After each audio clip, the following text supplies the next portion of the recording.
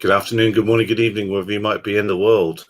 I am honoured, absolutely honoured and annoyed. I'm annoyed, dear viewer, because there's a youth. We have a youth on the channel. I'm sorry, I'm being rude to you already, George. George is the CEO and founder of Teal Drones. Teal Drones, which I'm sure you'll know, are one of the first companies to pick up one of the blue sUAS contracts. What an honour to speak to you, George. Thanks very much for reaching out.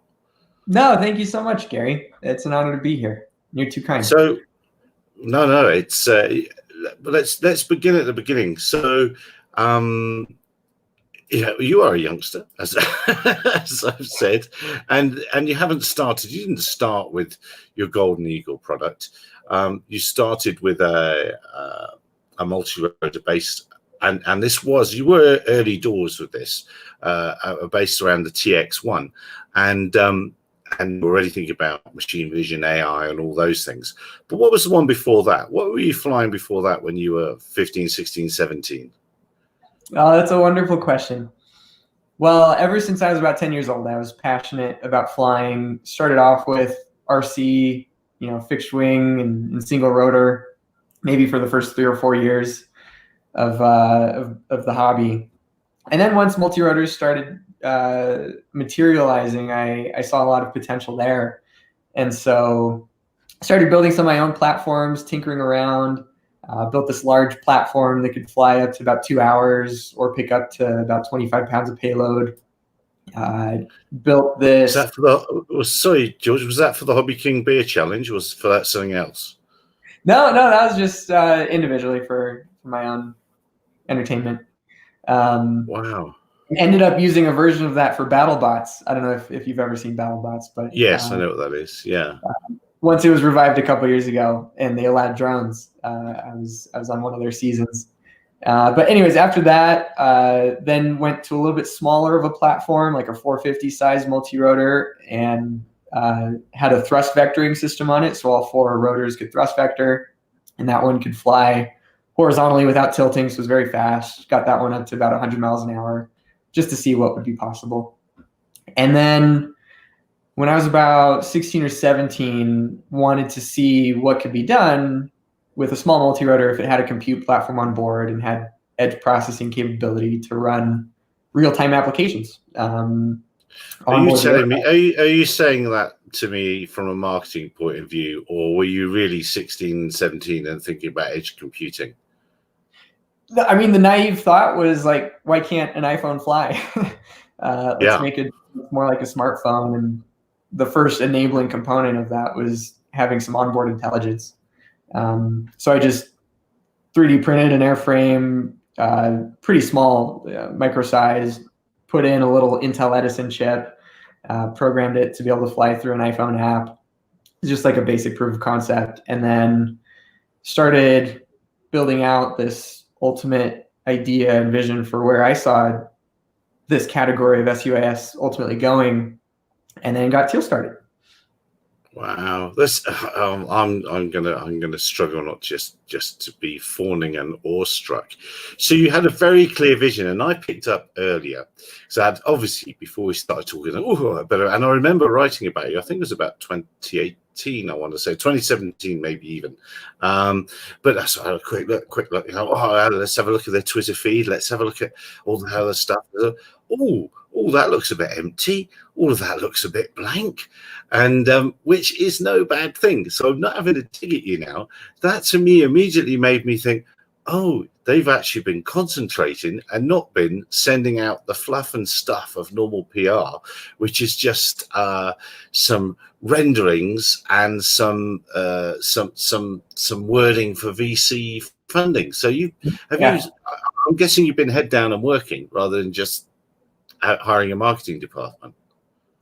I mean, even today, still most of the team, actually, in fact, almost all of the team is just engineering focused and product focused. We've been heads down for the last 5 years trying to build this out and see where we can take it. Fantastic.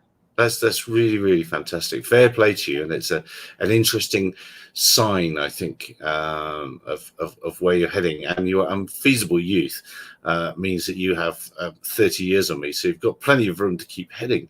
So not only did you, so you quickly in your mind had a form factor that you thought would work.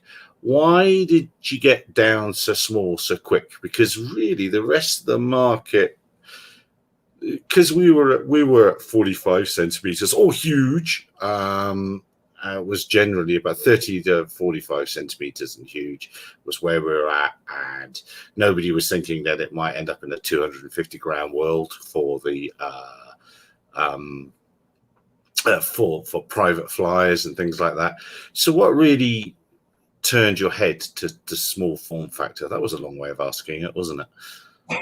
No, it's a good question. I mean, I started big and then kind of progressively got smaller with the platforms and with the technology. And I noticed it was always a little bit more of a challenge to make it smaller and more compact, and had a theory that you could reach higher scale and volume with a lower cost, smaller, more accessible airframe. And you need a much smaller factory to build it in as well. Oh, sorry, I'm being frivolous. Because everything, you could have smaller people and everything. Everything could be smaller. Everything, yeah. No, it's, you've definitely hit on a perfect size, I think. So your experiments led up to, was it the Teal one? I'm sorry if I'm wrong with that, but that did have the NVIDIA TX one. Getting it all confused now. Okay. On it, and machine vision and AI and stuff like that. And you were a couple of years ahead with that, really. Yeah. So the company officially got started towards the end of 2014. In 2015, at that point I was still a junior in high school, but was able to start talking with some supporters and partners that believed in me and the idea. I was able to become a Teal fellow through Peter Thiel's program, and then found a venture investor that helped us close our first seed round of venture financing, which was about $3 million in 2015. And that's what allowed me to start building the team, really getting serious about taking a product to market. And the first real platform that we worked on was the Teal one, with the built-in NVIDIA TX1 platform, really powerful edge compute for onboard AI.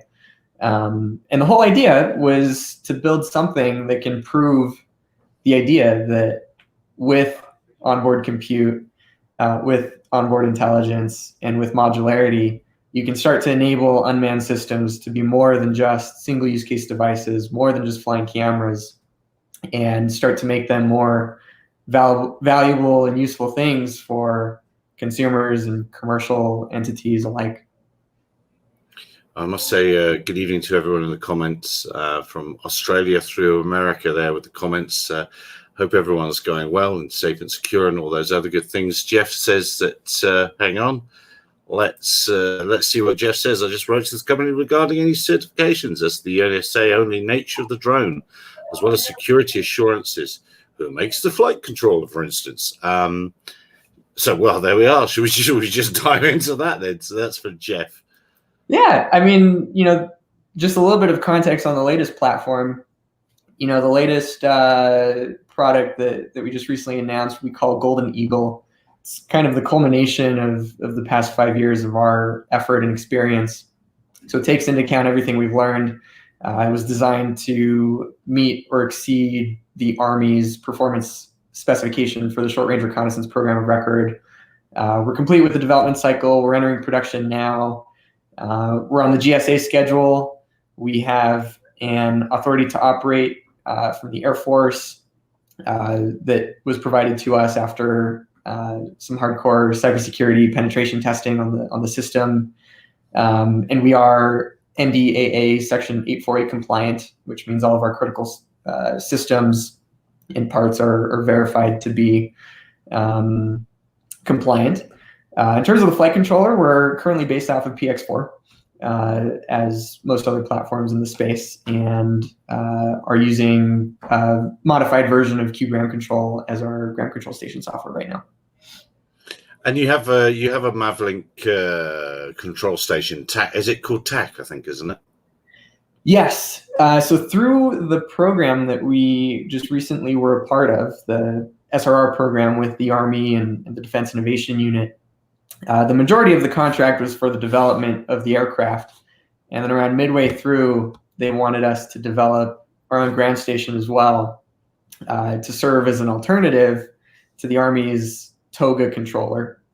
I don't know if you've seen it, but it's just this massive, unwieldy controller that no one likes, but that the Army is using for SRR. So we developed our own. We call it Teal Air Control. Really large and bright screen, ruggedized controls, modular data link bay.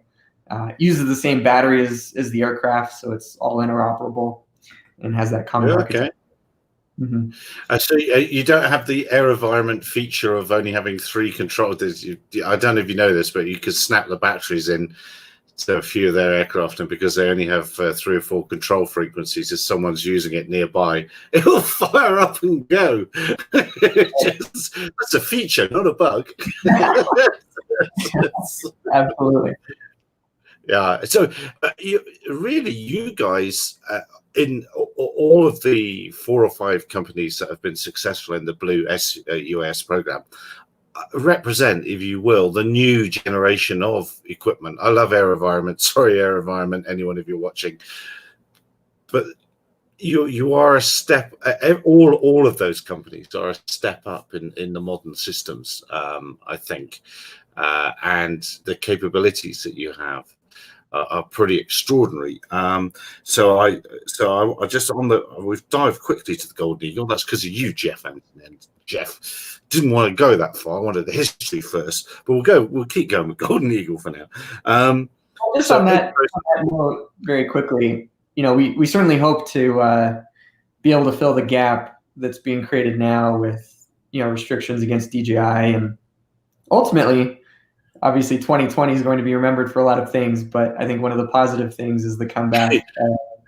The American for this category.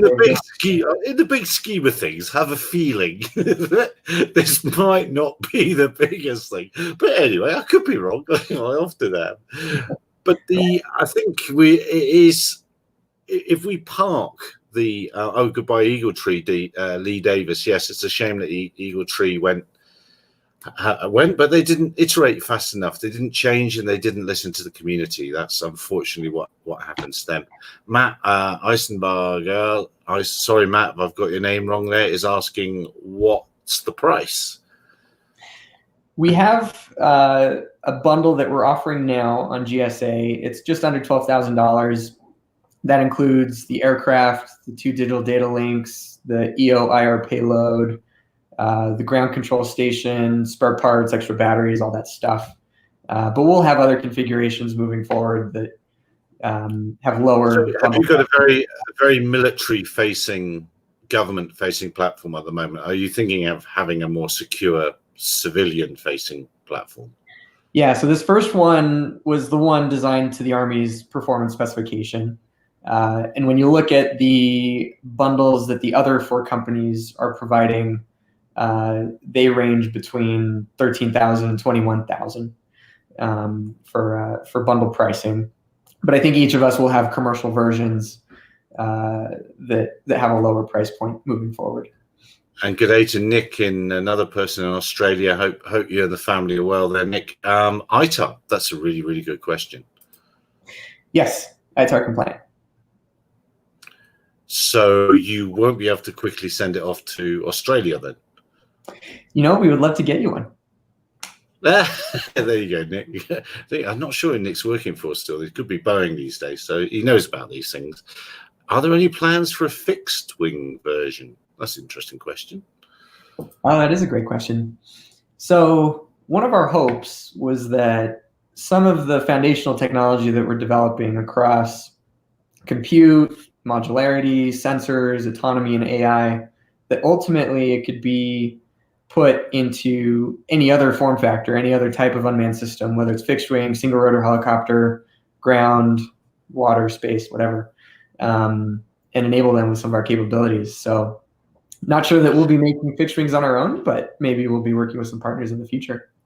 I wonder if Dreamsmith is fishing out. I don't know if you've seen what I think is Skydio's best video, which is the fixed wing in an underground car park. Oh yeah, yeah. I think actually that's their best video.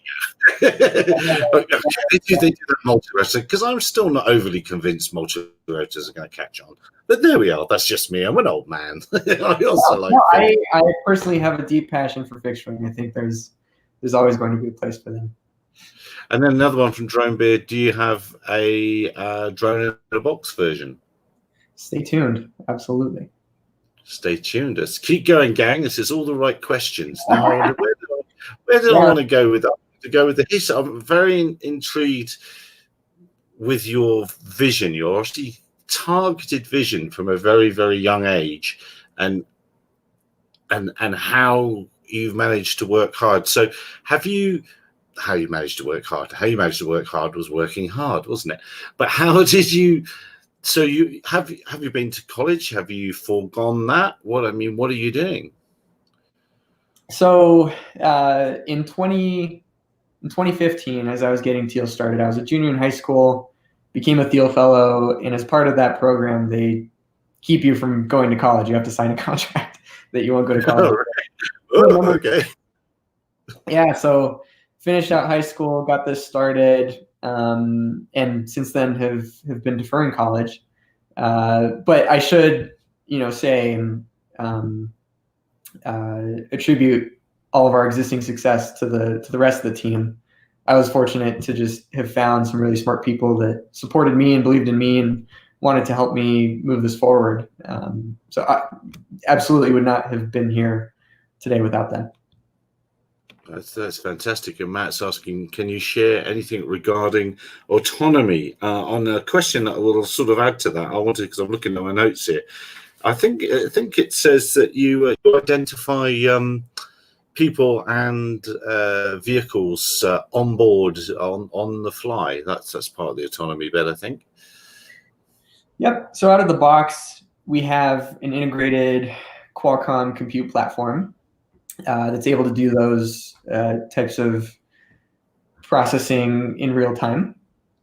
We also have obstacle avoidance and visual inertial odometry for GPS denied navigation. And then over the coming years, we have some exciting things in the works to continue expanding on those capabilities. Front and back sensors for that, I think. This first version of Golden Eagle has frontwards facing visual obstacle avoidance. It has backwards facing visual inertial odometry for that GPS denied navigation. And then now I saw that in your blurb, and I wanted to ask you, why is that backward facing? Because of the morphology of the airframe, it turned out to be most efficient in terms of form factor to orient the sensors that way. Oh, okay. So it's not okay. Blast! I was hoping for. You need to make up a better answer for that. one that will bamboozle your competition. You need to say, well, it's because we noticed in 1 million hours of testing that, and then just make something up. That's what everyone else is doing. I'm accusing you of being too honest and not focused enough on social media. That's just. You're never going to succeed in this industry if you're honest and don't focus on social media. Well, I agree with the social media part. Honestly, that's I can't help it. No, it's really great stuff. So you've forgone your college career. Your parents are really angry with you because you're just a couple of years older than my oldest son. So your parents are really annoyed with you for not going to college. Where do you see? So you're going into production with these platforms. Where are you at in the next 5 years? You've had a fantastic vision from 16 to now, 7 years. You must have a completely different. You sort of put this one to bed. I'm being a bit simplistic now. So you've sort of put this one to bed. It'll have iterations that'll make it better, but there must be something in your head for your 30th birthday that'll be the next sort of ultimate platform. Can you sort of share any ideas or thoughts about that, or is it all super secret? Where do you think you'll be by the time in 7 years' time? That's a wonderful question. I think we're going to continue on our existing path and vision. I mean, the mission in the commercial space is to accelerate the adoption of unmanned systems into everyday work and life.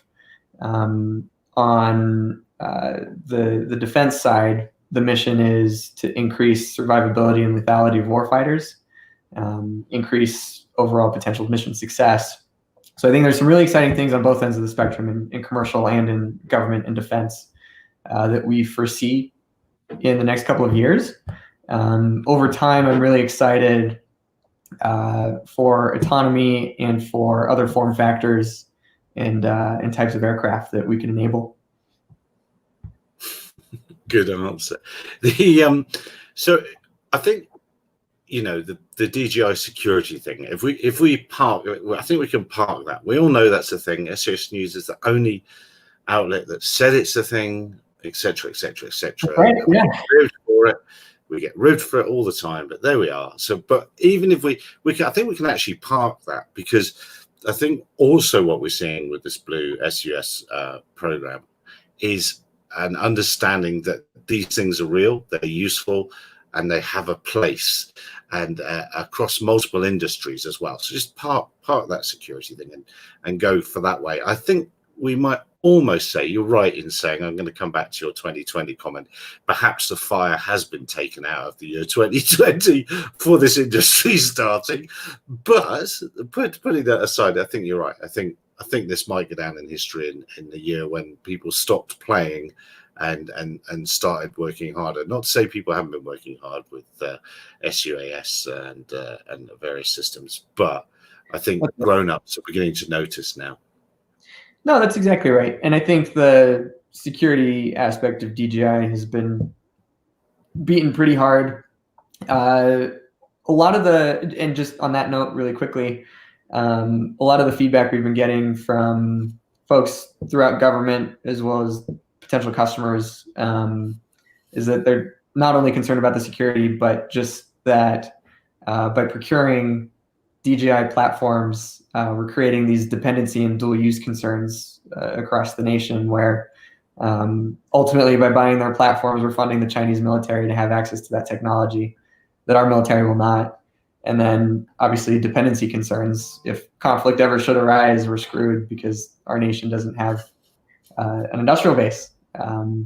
So I think what allowed all this to happen was just the government support that we've been receiving for the past 2 years to build us up and some other companies up, and to realize the potential of UAS and you know, contribute to exciting future. I can't think how old you were in 2006 and 2007 when Patrick and I were. You were way too young to even think about these things. But we were having conversations and we were talking with military folks who were telling us that no way there'll ever be a sub $1,000 GPS enabled machine. No way, it'll never happen. No way, no way, no way.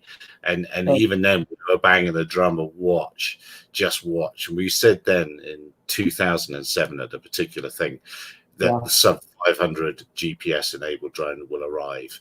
And I think they have been very late to the party to they have only really seen in the last few years. Whoa, crikey.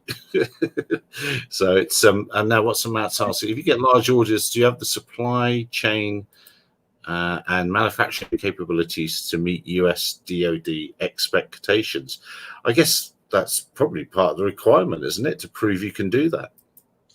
It is. And what a lot of people don't know is that one of Teal's greatest internal vertical disciplines is not drones. It's designed for manufacturing. So most of our team comes from a deep manufacturing background. At previous companies and in previous lives, they were manufacturing devices in the millions. So from the beginning, with the Teal 1 even, you know, we've designed it for high scalability, high volume. The Teal 1 we were producing in batches of 1,000 here domestically. I think we were actually the first company in this category of sUAS to produce domestically at scale.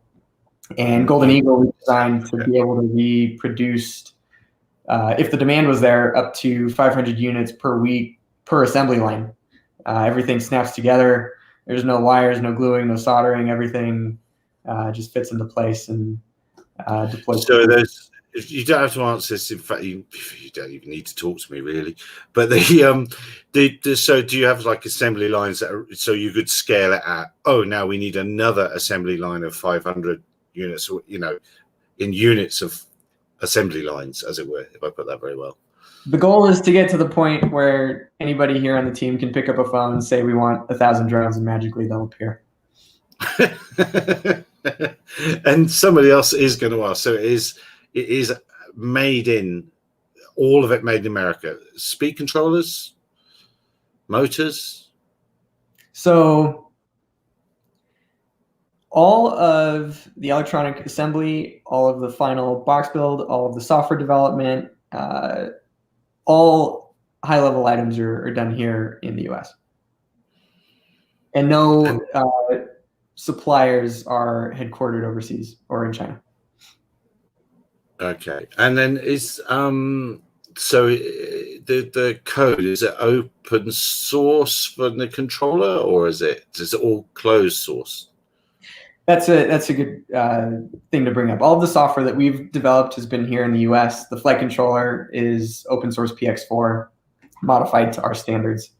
And I'm not saying that that's a bad thing, because that's one of the things that you're going to be beaten with the end of some sort of stick by traditional industry, as they're going to say to you, it's open source, how can you do that? Well. And my argument to them, just to prove I'm on your side, is that means anyone can read the code. It's all there. You can see what it is. You can see what it's doing. If you've got the time and smarts to do that sort of thing, it's all open. It's not hidden. And it's actually a preference of a lot of the Department of Defense, including the Defense Innovation Unit. They are driving towards an open source future that they think is going to be the best option moving forward. There are some use cases that might be sensitive to that, so we're addressing it. We have some of our own proprietary flight controller stuff that we're able to use for use cases like weaponization. But for the vast majority of use cases, something like PX4 makes a lot of sense. So can one be cheeky and say, well, what sort of numbers did the Army order into the nearest 100,000? Well, none of that is public information. Okay, that's fine. Well, I had to ask, didn't I? I had to ask. So real-time AI, TAC-NAV link, 50 minutes, 2-mile range, AI, edge processing. What else did I? Forward, and we've talked about the obstacle avoidance. And it was 2018 that the one came out with the NVIDIA TX1. Why did you identify the NVIDIA platform as being the one for you? So we started off with the TX1 because it did everything we wanted. It was fast to integrate. We thought it would be a great long-term platform for us. We were right about the first few items. We weren't as right about the last item. And so we made the switch to Qualcomm early last year for a variety of reasons. But both platforms are able to do what we want. Yeah, no, but it was just the thing that got me is you were one of the first, yourselves and Skydio were the first people to start playing around in this sort of area, and even DJI are playing catch up and are sort of, well, they're not catching up, or one wonders why. It's a little bit like the LiDAR versus camera vision for autonomous cars, right? Arguments that go around. So you wonder why one team favors and another team doesn't, as it were. Exactly. That makes me think of the FLIR setup that you have as well. That's the, is it Hayden? Is it the Hayden? Hadron. That's it. And that, so does your obstacle avoidance work with that as well? Can you do obstacle avoidance at night?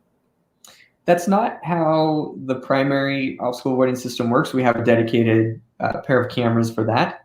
The Hadron is primarily just our main imaging payload. And so that has the built-in 4K sensor and Boson 320 IR sensor. And we've been working with FLIR on the module for about 1.5 years now. Well, they're the ultimate winners in this, aren't they? Because they're in every platform. But hey, they're doing all right. Not every, but yeah, they're going to be doing well. Which one aren't they in? I'm pretty certain that Vantage is not using a FLIR sensor in their primary Oh, gauge.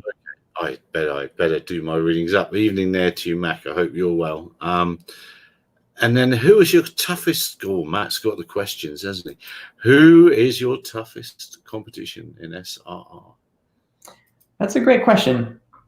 I think I should first say that we all believe that there's room for each of us in the market, that there's specific niches and verticals that we can have a great impact in with each of our technologies, and given their unique capabilities. For SRR, we knew coming into it that Parrot would be a strong force to be reckoned with, given that they've based their latest version off of an existing platform. They've been ready to scale. They have way more resources. So they are an absolutely formidable company. Nice people as well. as an aside, but they were pretty far ahead. I need to find my AR drone too, but people forget just how far ahead that platform was of the crowd back in the day. Was that 2010? I think that was 2010. The AR drone was my first purchased multi-R. Okay. Was that the first one? I looked at the Parrot. They were way ahead of everybody. Absolutely.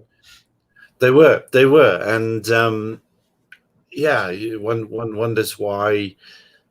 Oh yeah, well let's not speculate on that. But yeah, they were. The technology in there is way ahead, and it makes me laugh when a lot of people talk about the Phantom 1 and 2, saying, "Whoa, they were amazing. They were this, they were that."